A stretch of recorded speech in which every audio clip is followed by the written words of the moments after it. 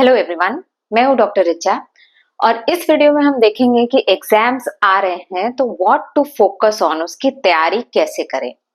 So mainly we will see three main aspects. Okay, तो exam आ रहे हैं तो एग्जाम के समय सब लोग स्ट्रेस रहते हैं। एक कॉमन चीज है, सब लोग स्ट्रेस रहते हैं। जिसने पढ़ाई की है वो भी स्टूडेंट स्ट्रेस्ड है, जिसने पढ़ाई नहीं की है वो भी स्टूडेंट स्ट्रेस्ड है।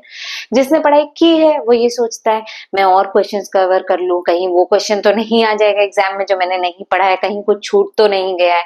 जिसने पढ़ाई नहीं की है ही इज थिंकिंग कि अरे मैं क्या सारा पोर्शंस कवर कर पाऊंगा, इतना सारा पढ़ना है, कैसे पढ़ पाऊंगा। इतना स्ट्रेस हो जाता है माइंड में कि जो पढ़ना है वो भी दिमाग में जाता नहीं है। तो उसके लिए क्या करना है, अपने को स्ट्रेस को यू स्ट्रेस में कन्वर्ट करना है। ठीक है, तो स्ट्रेस जो है या तो डिस्ट्रेस होता है, डिस्ट्रेस में हम पढ़ाई नहीं कर पाते, हम इनफैक्ट कोई भी काम हमारा अच्छे से नहीं होता है। You stress on the contrary हमें चाहिए होता है, क्योंकि यू स्ट्रेस हमारा ड्राइविंग फोर्स होता है। अगर लाइफ में कुछ भी स्ट्रेस नहीं होगा तो हम एक सोफे पे पड़े रहेंगे, हम कुछ भी काम नहीं करेंगे। तो हमें स्ट्रेस को यू स्ट्रेस रखना है। तो कैसे यू स्ट्रेस रखें? सबसे पहले एक पेपर पेन लेके आओ। ठीक है, पेपर पेन चाहिए, मोबाइल पे नहीं लिखना है। पेपर पेन लेके आओ और उसमें लिखना शुरू करो। ठीक, क्या लिखना है? तो हम अपने आप जब हमारा माइंड स्ट्रेस में होगा हम लिखना शुरू कर देंगे। ठीक है, हमें कुछ ज्यादा सोचना नहीं, हम लिखना शुरू कर देंगे। हमें लगेगा अच्छा ये टॉपिक हमें नहीं आता, ये लिखने लग जाए, वो टॉपिक नहीं आता, ये पहले कर ले। तो ये सब जो बातें दिमाग में चल रही है अपने आप लिखने लग जाओ। ठीक है, अभी कुछ प्लानिंग नहीं करनी है।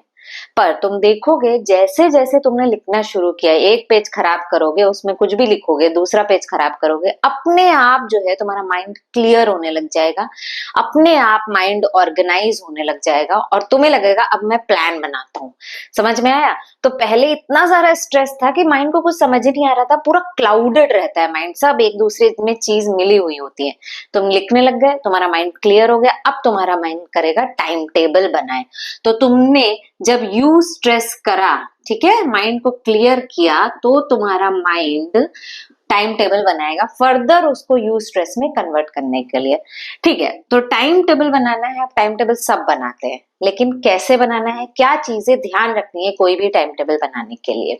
तो टाइम टेबल बनाने के लिए देखो तीन चीजें हमारे पास होनी चाहिए। पेपर पेन, कंप्यूटर पे नहीं बनाना है। तुम सोच रहे होगे कि मैं पुराने जमाने की हूँ, कंप्यूटर और मोबाइल को मना कर रही हूँ। नहीं, ऐसा नहीं है।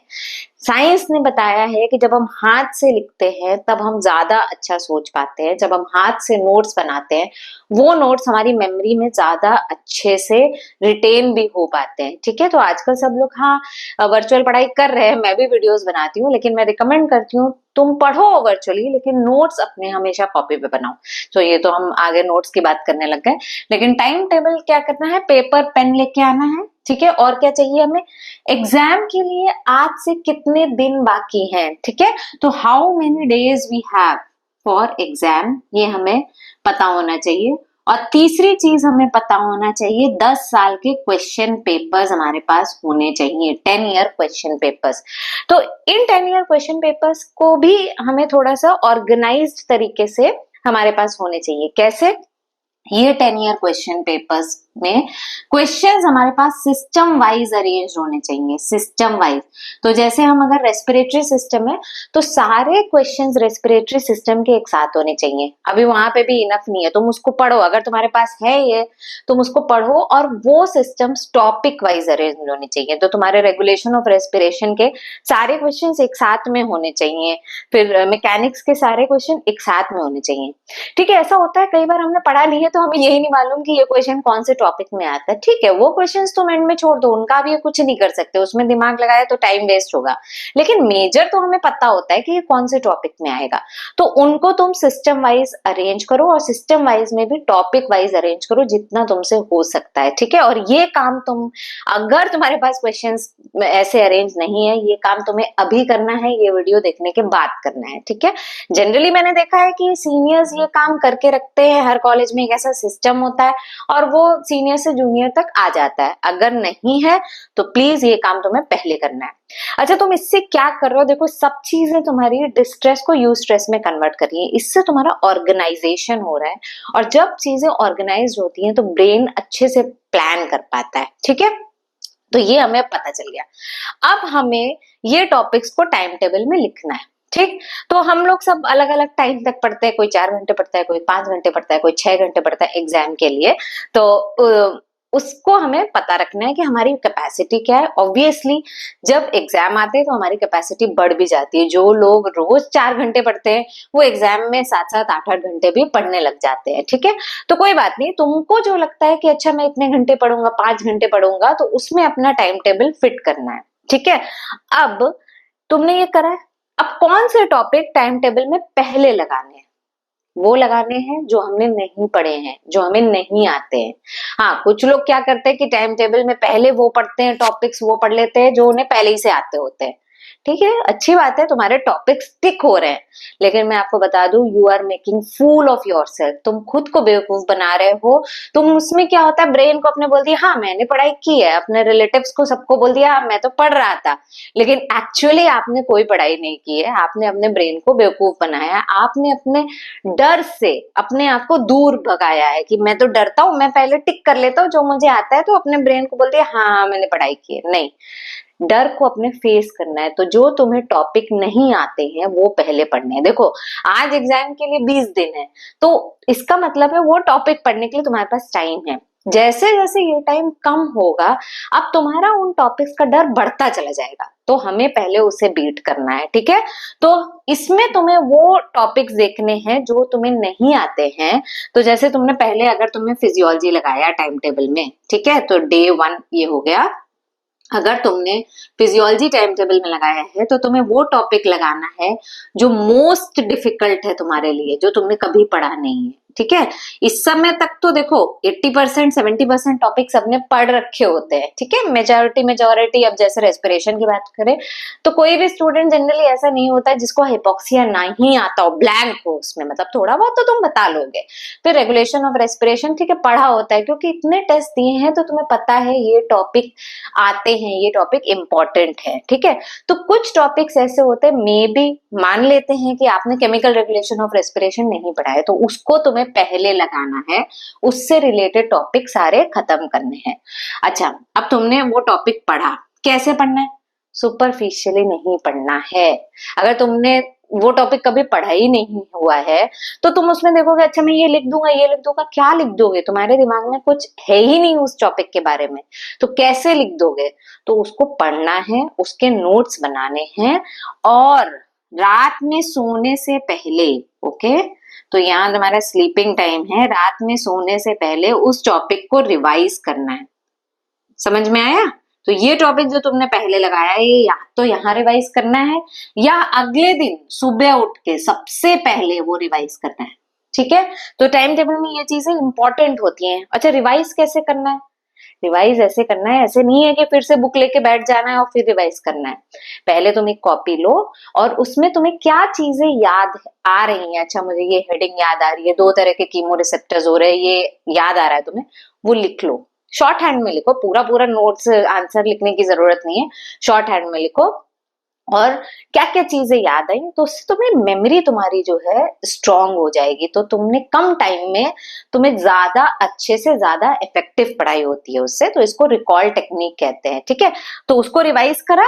अब तुम्हें हो सकता है बहुत सी चीजें ना याद हो, जो हो गई, हर दिमाग के साथ, हर आदमी के साथ ऐसा होता है, तो तुम्हें बहुत सी चीजें नहीं याद आएंगी। अब तुम बुक खोलो और देखो अच्छा मैंने क्या क्या मिस कर दिया है। इससे तुम्हारा टॉपिक कम एफर्ट के साथ तुम्हें याद हो जाएगा, ठीक है। तो ये चीजें याद रखनी है। अब तुमने, ठीक है, ये टॉपिक पढ़ लिया, बहुत डिफिकल्ट टॉपिक था, तुमने कभी पढ़ा नहीं है, तुम्हारा ब्रेन एकदम थक जाएगा, तो तुम्हें ब्रेक चाहिए। ब्रेक लिया, ठीक है, बहुत लंबा ब्रेक नहीं लिया, 15 मिनट का अच्छा break. Good break of 15 minutes is very good. Good break मतलब ये नहीं है कि मोबाइल में लग गए, नहीं, उससे तुम्हारा ब्रेन अभी भी काम कर रहा है, उसको ब्रेक नहीं कहते। जाओ, छोड़ दो सब कुछ, घूम के आओ, okay, don't think about studies, जाओ अपने फ्रेंड से बात करके आओ। समझ में आया? तो ठीक है, तुमने ब्रेक लिया, जैसे भी तुम्हें ब्रेक लेना हो। अब जो तुम सब्जेक्ट लगाओगे वो तुम्हें दूसरा सब्जेक्ट लगाना है। प्लीज टाइम टेबल बनाते समय पूरा एक दिन एक सब्जेक्ट को नहीं देना है। It is not a good technique, ठीक है। उससे क्या होता है, हमारा ब्रेन बोर हो जाता है। तो ब्रेन बोर हो जाता है तो वो सब्जेक्ट हम नहीं हमें पढ़ने का मन करता है, हमें लगता है हमें पढ़ने का ही मन नहीं कर रहा है। नहीं, ऐसा नहीं होता है। तुमने अगर सब्जेक्ट चेंज कर दिया तो तुम्हें लगेगा हाँ फिर से मुझे इंटरेस्ट आ रहा है, ब्रेन बोर हो गया था एक चीज से, तुमने दूसरी चीज कर दी, वो पढ़ने लग गया। मैं क्या करती हूँ, मैं एक दूसरी टेक्निक करती हूँ। अगर मेरे पास बहुत काम होता है, फिर ब्रेन थक जाता है, मैं एक जगह बैठी हूँ और काम चल रहा है, I will just shift everything, I will take my laptop और everything whatever I have to take for doing my work, I will take and sit in some other new place.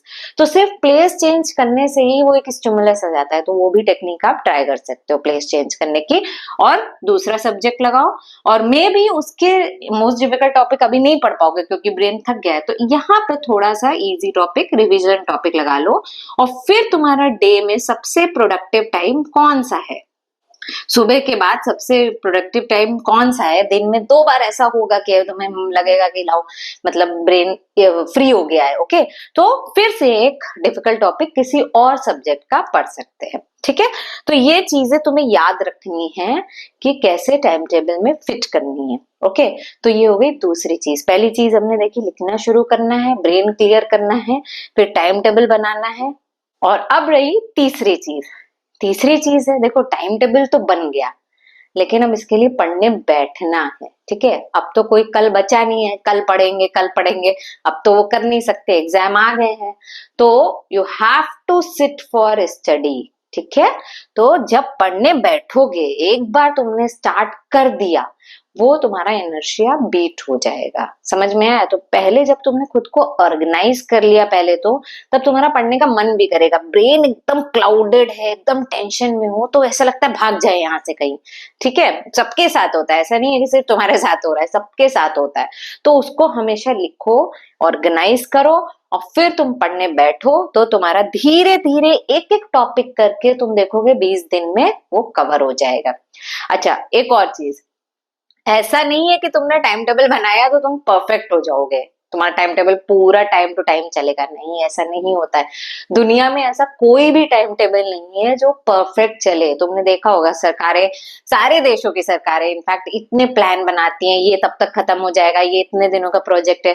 कोई भी project कभी भी time से complete नहीं होता है। ठीक है, तो तुम्हारा टाइम टेबल भी फेल होगा, मैं गारंटी देती हूँ फेल होगा। कुछ ना कुछ एक टॉपिक इधर छूट जाएगा, 2 टॉपिक इधर छूट जाएगा, उसमें टेंशन नहीं करना है। अगर तुमने मोस्ट डिफिकल्ट टॉपिक्स कवर करते चले गए शुरुआत में, तो तुम्हारा जो टाइम है बाद में तुम देखोगे कि तुम्हारी एफिशिएंसी इंप्रूव हो रही है, क्योंकि यहाँ तुम डेडलाइन तो चेंज नहीं कर सकते, एग्जाम की डेट तो नहीं चेंज कर सकते। ठीक है, गवर्नमेंट जब बनाती है प्रोजेक्ट की डेट तो वो आगे बढ़ा सकती है, लेकिन तुम तो ऐसा नहीं कर सकते। तो तुम देखोगे कि टाइम के साथ तुम्हारी एफिशिएंसी पढ़ने की इंक्रीज होती जा रही है, क्योंकि तुम्हें मालूम है कि एग्जाम आ रहे हैं। तो ये इजी टॉपिक्स जो बचेंगे ना, ये तुम आराम से बहुत तेजी से ये कवर होते हैं। ऑब्वियसली मेरा ये मानना है कि आपने टॉपिक्स कुछ पहले पढ़े हुए हैं। अगर आपके कोई भी टॉपिक्स पढ़े नहीं है, ब्लैंक हो, तो उसमें क्या करना है, तो उनके लिए भी मेरे, उन स्टूडेंट्स के लिए भी मेरे लिए एक टिप है। क्या करना है, जो हमने ये सिस्टम वाइज अरेंज करे हैं टॉपिक, इसमें से कुछ टॉपिक ऐसे होंगे जो बहुत ज्यादा बार रिपीट होते हैं। ठीक है, मान लेते हैं कार्डियक आउटपुट का रेगुलेशन, कार्डियक साइकिल हो गया, ये सब बहुत ज्यादा बार रिपीट होते हैं, तो वो टॉपिक्स प्लीज पहले करने हैं। ठीक है, तो रिपीटिशन भी इंपॉर्टेंट है, क्योंकि एग्जाम में देखो कई बार ऐसा होता है, इनफैक्ट सारे एग्जाम्स में ऐसा होता है, 1-2 क्वेश्चन ऐसे आ जाते हैं जो तुमने सुने भी नहीं हुए। अच्छे स्टूडेंट्स के लिए भी होता है, जिन्होंने मतलब साल भर रगड़ के पढ़ाई करी हो, उनके लिए भी होता है। तो सबसे इंपॉर्टेंट, चाहे वो हो चाहे आप हो, इट इज इम्पोर्टेंट कि जो ज्यादा रिपीट टॉपिक्स है वो इसलिए रिपीट है क्योंकि वो बहुत ज्यादा इंपॉर्टेंट है, तो तुम्हें पहले वो कवर करने हैं। फिर बाद में, ठीक है, इक्का दुक्का बार वो टॉपिक पूछ लिया गया है, बाद में वो कवर करना है। ठीक है, तो ये टिप्स फॉलो करो और मुझे कमेंट्स में बताओ कि तुम्हें ये टिप्स कैसी लगी। लेकिन बहुत ज्यादा टाइम यूट्यूब और इंस्टाग्राम में मत वेस्ट करो, जाओ पढ़ाई करो जाके। और अगर कुछ और चीजें तुम्हें परेशान कर रही हैं तो मुझे कमेंट्स में जरूर बताओ, मैं जरूर कोशिश करूंगी कि उसके ऊपर वीडियो बनाऊं। Thanks for watching the video. अगर वीडियो अच्छा लगा है तो लाइक बटन जरूर प्रेस करें, अपने दोस्तों से ये वीडियो जरूर शेयर करें, क्योंकि ये बहुत इंपॉर्टेंट वीडियो है, और मेरे चैनल को सब्सक्राइब जरूर करें।